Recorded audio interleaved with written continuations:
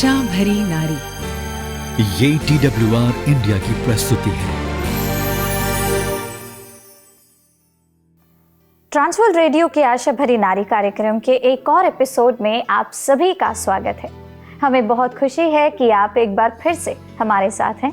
मेरा नाम है वानी और मेरा नाम है शालिनी और हम आज आपके होस्ट होंगे। मैं आप सभी को इस रोमांचक कार्यशाला यानी कि वर्कशॉप के बारे में बताना चाहती हूँ जिसमें मैंने भाग लिया था। अरे वाह, वर्कशॉप, इसके बारे में थोड़ा और बताइए हमें शालिनी जी। हाँ जी, मैं बिल्कुल बताऊंगी। इस नए साल में मैंने सोच लिया था कि मैं इस बार घर पे बैठकर ब्रेड बनाना सीखूंगी और मैंने थोड़ी सी खोजबीन करी तो मुझे पता चला कि मेरे घर के पास ही एक वर्कशॉप स्टार्ट हो रही है और मैंने जल्दी से जाकर उसमें अपना रजिस्ट्रेशन भी करा लिया। अरे वाह शालिनी जी, तो आपके साथ और कितने लोग थे इसमें जिन्होंने भाग लिया और पूरा अनुभव कैसा रहा आपका? जी, हम लोग 20 लोग थे और उसमें ज़्यादातर महिलाएं ही थी। जो हमारी शिक्षक थी वो बहुत ही मित्रतापूर्ण थी। उन्होंने हमारे साथ बहुत सारे सुझाव और विचार साझा किए। तो शालिनी जी, आपने खुद से ब्रेड बनाई? जी हाँ, बिल्कुल। हम सभी के पास छोटे छोटे वर्क स्टेशन थे जिस पे हम लोग ब्रेड बना रहे थे। और आपको एक चीज़ मैं बता दूं कि मुझे ब्रेड सेकने की महक बहुत ही पसंद है और हमारे शिक्षक ने हमें गरम ब्रेड पे मक्खन लगाने के लिए बताया और जब मैंने इसे खाया तो मुझे दिव्य आनंद का एहसास हुआ। अरे वाह, सुनने में सच में बहुत ज़्यादा आश्चर्यजनक बात लगती है और मैं आशा करती हूँ कि वो नरम ब्रेड खाने का अनुभव मुझे भी प्रदान होगा। हाँ जी, मैं आपके लिए लाई हूँ और आप ज़रूर खा के देखना। Thank you so much Shalini ji कि आपने इतना सोचा और आप मेरे लिए लेकर के आई और आज ज़रूर मैं खा करके इसका अनुभव करूँगी। अब क्योंकि आज हम बात ब्रेड की कर रहे हैं तो बाइबल में भी बड़ी अद्भुत बात है। बाइबल में उत्पत्ति से शुरू होकर प्रकाशित वाक्य तक कम से कम 492 बार ब्रेड के बारे में लिखा गया है। और हाँ बहनों, इसे पकाने में केवल खमीर, गर्म दूध, मैदा और ढेर सारा प्यार चाहिए। दुनिया भर के अधिकांश घरों में ब्रेड एक मुख्य आहार है। हम इसे ज़्यादातर लोग इसे अंडे, जैम, मक्खन या टोस्ट के साथ खाना पसंद करते हैं। हम इससे मिठाइयाँ और सभी प्रकार के सैंडविच बनाते हैं। जब हम खुश और स्वस्थ होते हैं और दुखी या बीमार होते हैं तो भोजन के रूप में इसका आनंद ले सकते हैं। इसे दिन में किसी भी समय खाया जा सकता है। ये सबसे तेज़ बनने वाला नाश्ता और भोजन भी है। हम इसके बिना दुनिया की कल्पना नहीं कर सकते, है ना? बिल्कुल सही बात कही शालिनी जी आपने। और आज मैं आपके साथ में और दर्शकों के साथ में इसी से जुड़ी एक दिलचस्प कहानी सुनाना चाहती हूँ। यह बहुत समय पहले दक्षिणी जर्मनी में हुई एक घटना है। ग्रीष्मकाल नम और गर्म था। गांव के लोग ब्रेड बनाने के लिए अपने कच्चे आटे को घरों के बाहर बने एक सामुदायिक ईंट के ओवन में ले जाते थे। ये लाइन में खड़े होकर अपनी अपनी बारी का इंतजार किया करते थे। ब्रेड बनाने के अलावा यह बात करने और एक दूसरे से मिलने जुलने का एक बहुत अच्छा समय होता था। कुछ समय बाद जब जर्मनी में युद्ध छिड़ा तो आटे की कमी हो गई। ब्रेड आटे के बिना अधूरी है और ये सच बात है। तो गांव वालों ने क्या किया? उन्होंने इसकी जगह लकड़ी का बुरादा इस्तेमाल किया। यह बढ़ईगिरी और लकड़ी के काम के बाद बचा हुआ बुरादा का एक चूरा होता था। इसमें कोई पोषक तत्व नहीं था, लेकिन इसे खाने से गांव वालों का पेट जरूर भरता था। युद्ध के दौरान इसने जर्मन के गांव वालों को सामान्य स्थिति का एहसास कराया। हम ऐसा सोच भी नहीं सकते कि उन्होंने क्या अनुभव किया होगा। क्यों? जी हाँ, आप बिल्कुल ठीक कह रही हैं। हम में से कुछ बहुत अलग परिस्थितियों में रहते हैं। हम कभी भी किसी भी किराने की दुकान पर जा सकते हैं और भोजन खरीद सकते हैं। हम में से कई लोगों के लिए समस्या यह नहीं है कि हमारे पास खाने के लिए बहुत कम है, पर समस्या यह है कि हम बहुत ज़्यादा खा रहे हैं। हमारे पास खाने के लिए सब कुछ हो सकता है, लेकिन मसीह पर हमारा भरोसा भोजन की शारीरिक ज़रूरत के साथ शुरू और ख़त्म नहीं होता। हमें अपनी ज़रूरतों जैसे कि शारीरिक, आत्मिक, मानसिक और भावनात्मक, इन सभी ज़रूरतों को पूरा करने के लिए परमेश्वर की आवश्यकता है। चिंता, भय, तुलना, ईर्ष्या, बीमारी, हानि, अनजान भविष्य हमें शांति, संतोष, स्वास्थ्य, आशा और साहस के लिए भूखा छोड़ सकते हैं और उन्हें पाने के लिए हमें परमेश्वर की सबसे ज़्यादा आवश्यकता है। तो आइए अपना ध्यान इस वीडियो पर केंद्रित करते हैं जो अब आपको दिखाने जा रहे हैं। प्रभु की प्रार्थना पर आधारित यह एक बहुत ही रोचक लघु कथा है। मुझे लगता है कि हम में से कई लोग अपने आप को इससे जुड़ा हुआ महसूस करेंगे। हमारे पिता तू जो हाँ, मुझे रोका मत कीजिए, मैं प्रार्थना कर रही हूँ। लेकिन तुमने मुझे बुलाया। क्या मैंने आपको बुलाया? मैंने आपको नहीं बुलाया। मैं तो प्रार्थना कर रही थी, हे हमारे पिता तू जो स्वर्ग में है। तुमने फिर मुझे बुलाया। क्या? हाँ, तुमने मुझे बुलाया।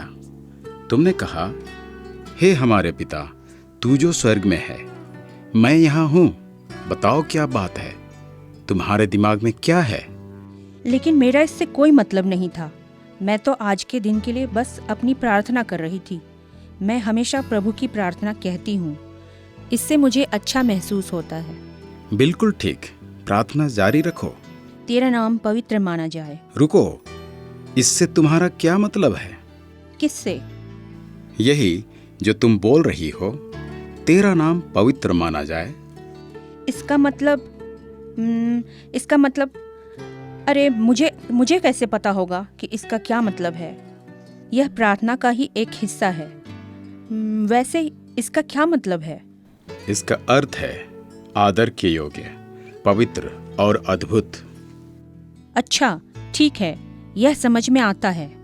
मैंने पहले कभी नहीं सोचा था कि पवित्र का मतलब क्या होता है। ठीक है, तेरा राज्य आए, तेरी इच्छा जैसे स्वर्ग में पूरी होती है वैसे ही पृथ्वी पर भी हो। क्या तुम भी वास्तव में यही चाहती हो? बेशक, क्यों नहीं। तुम इसके बारे में क्या करने जा रही हो? मैं क्या करूंगी? मुझे लगता है मैं कुछ नहीं करूंगी। मैं सिर्फ यह सोचती हूँ कि यह अच्छा होगा यदि आप यहाँ चीज़ों पर उसी तरह नियंत्रण रखें जिस तरह से आप वहाँ ऊपर रखते हैं। क्या मैंने तुम पर नियंत्रण कर लिया है? देखिए, मैं तो चर्च जाती हूँ।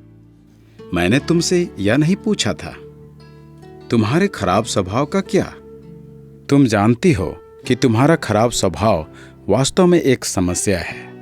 मुझे निशाना बनाना बंद कीजिए। मैं कलीसिया के कुछ पाखंडियों की तुलना में अच्छी हूँ।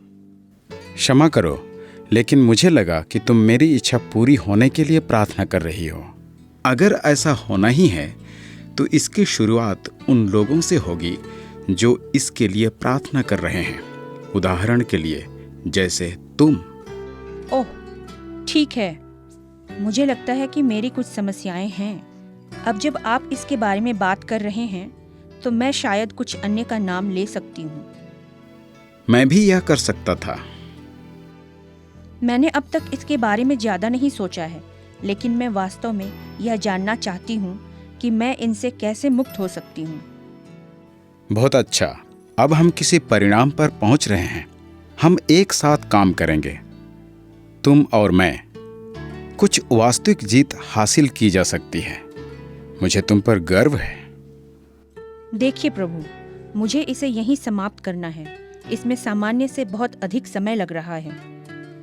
हमारी रोज की रोटी आज हमें दे। तुम्हें रोटी कम करने की जरूरत है क्योंकि तुम्हारा वजन अधिक है। अरे जरा ठहरिए, यह क्या है? यहाँ मैं अपना धार्मिक कर्तव्य कर रही हूँ और अचानक आप आ जाते हैं और मुझे मेरी सभी दोषों की याद दिलाते हैं। प्रार्थना करना एक खतरनाक चीज है। तुम अंत में बदल सकती हो। मैं तुम्हें यही बताने की कोशिश कर रहा हूँ। तुमने मुझे बुलाया और मैं यहाँ हूँ। अब रुकने के लिए बहुत देर हो चुकी है। प्रार्थना करते रहो। मुझे तुम्हारी प्रार्थना के अगले भाग में दिलचस्पी है। ठीक है, तुम अपनी प्रार्थना जारी रखो। मुझे डर लग रहा है। किस बात का डर? मुझे पता है कि आप क्या कहेंगे। मुझे आजमा कर देख लो। जिस प्रकार हमने अपने अपराधियों को क्षमा किया है, वैसे ही तू भी हमारे अपराधों को क्षमा कर। विनीता के बारे में क्या? देखा, मुझे पता था कि आप जरूर इस बारे में बात करेंगे। क्यों? प्रभु, उसने मेरे बारे में झूठ बोला और उसने मुझे पैसे में धोखा दिया। मैं कसम खाती हूँ कि मैं उससे बदला लूंगी। अच्छा, लेकिन फिर तुम्हारी प्रार्थना के बारे में क्या? मेरा मतलब यह नहीं था। ठीक है, कम से कम तुम ईमानदार हो, लेकिन अपने अंदर कड़वाहट का बोझ रखना ठीक नहीं है ना? नहीं, लेकिन जैसे ही मैं उसके साथ हिसाब बराबर कर लूंगी, मुझे अच्छा लगेगा।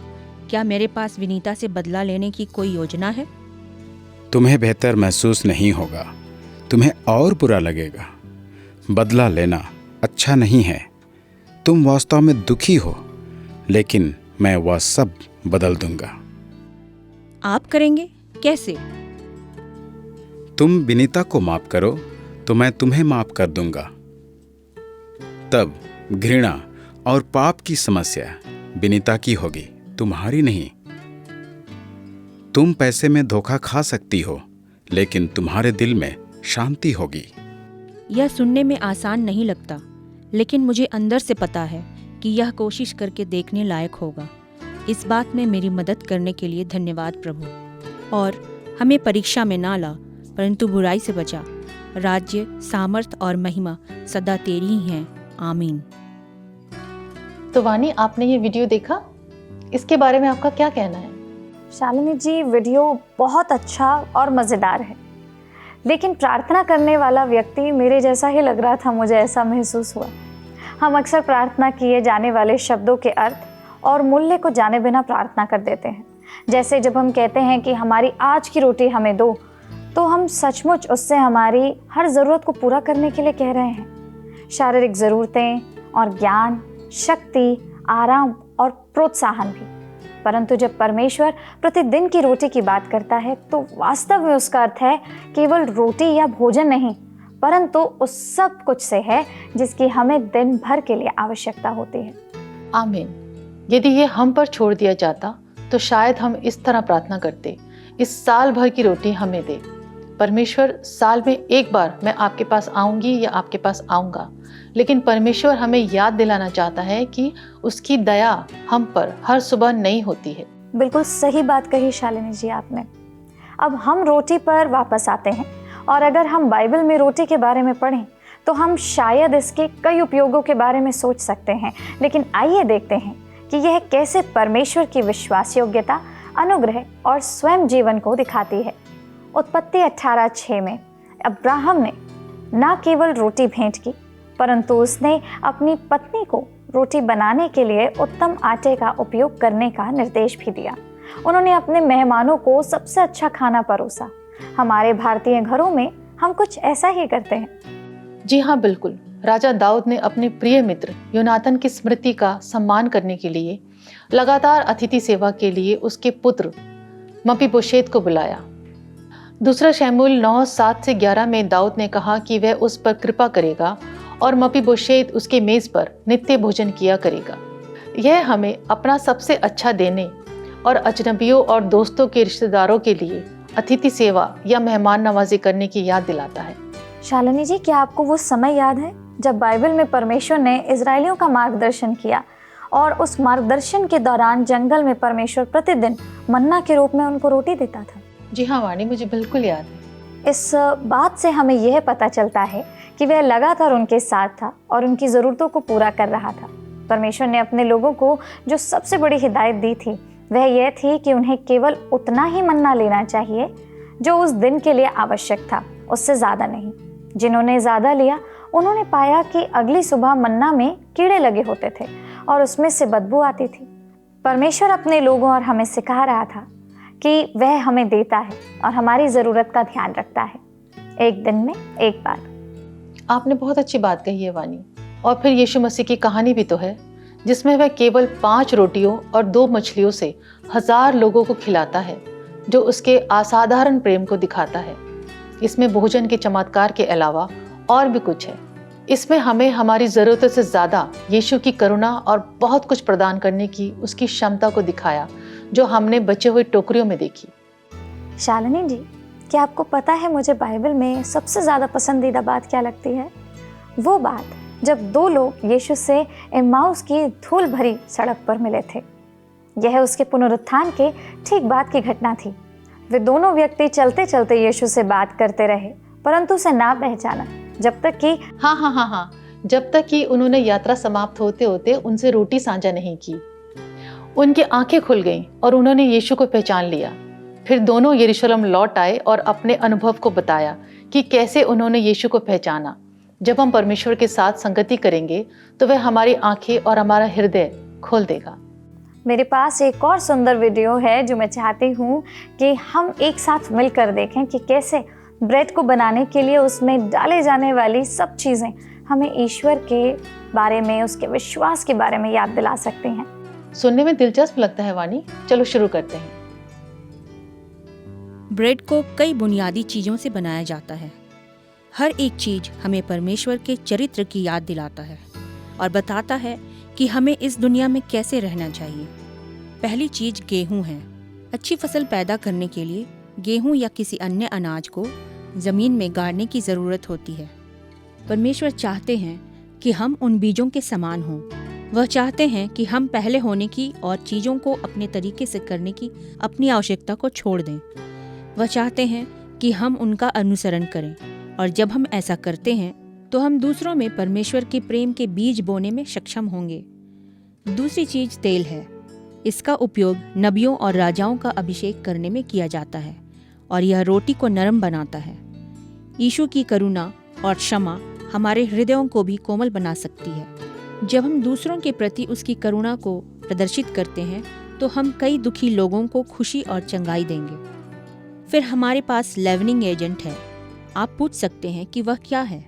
लेवनिंग एजेंट खमीर की तरह होता है जो आटे को फुलाता है, विशेष रूप से फर्मेंटेशन द्वारा। जब हम खमीर मिलाते हैं तो यह आटे को दोगुना कर देता है और आटा फूल जाता है। यह आटे को स्वादिष्ट बनाता है, उसे एक खास स्वाद देता है, फूलापन पैदा करता है और ब्रेड के पोषण को बढ़ाता है।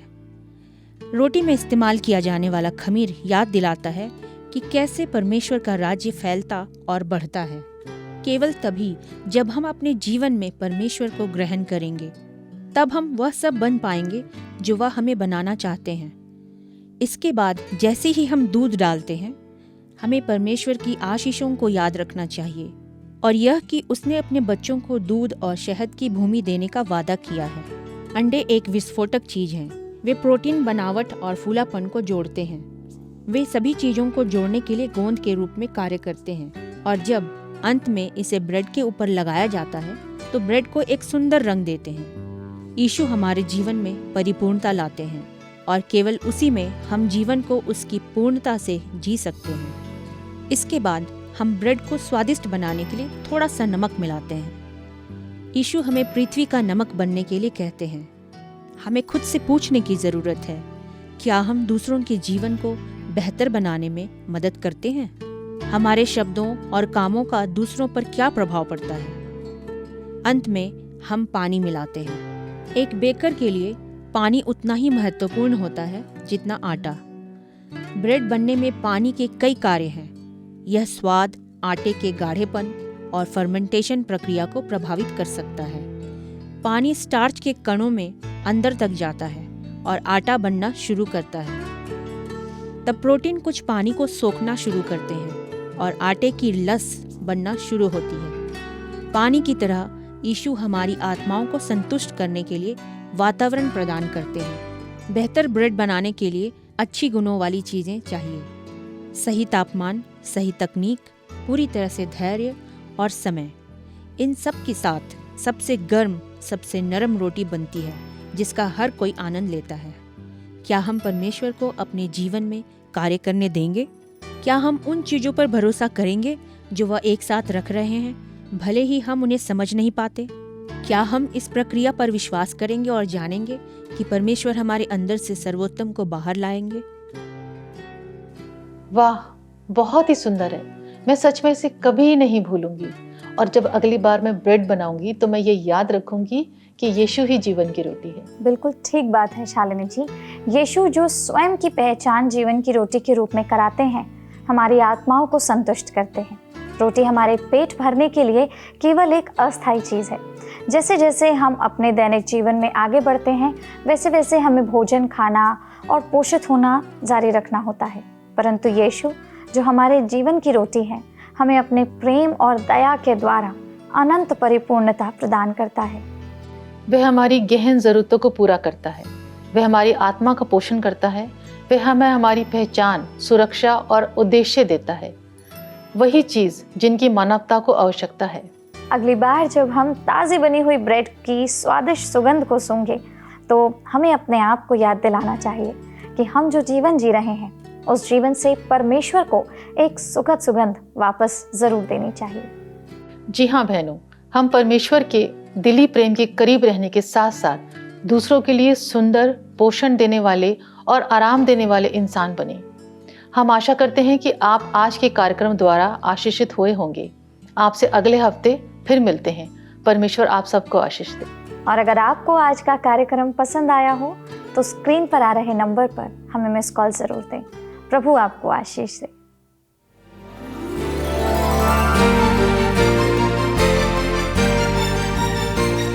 आशा भरी नारी। ये TWR इंडिया की प्रस्तुति है।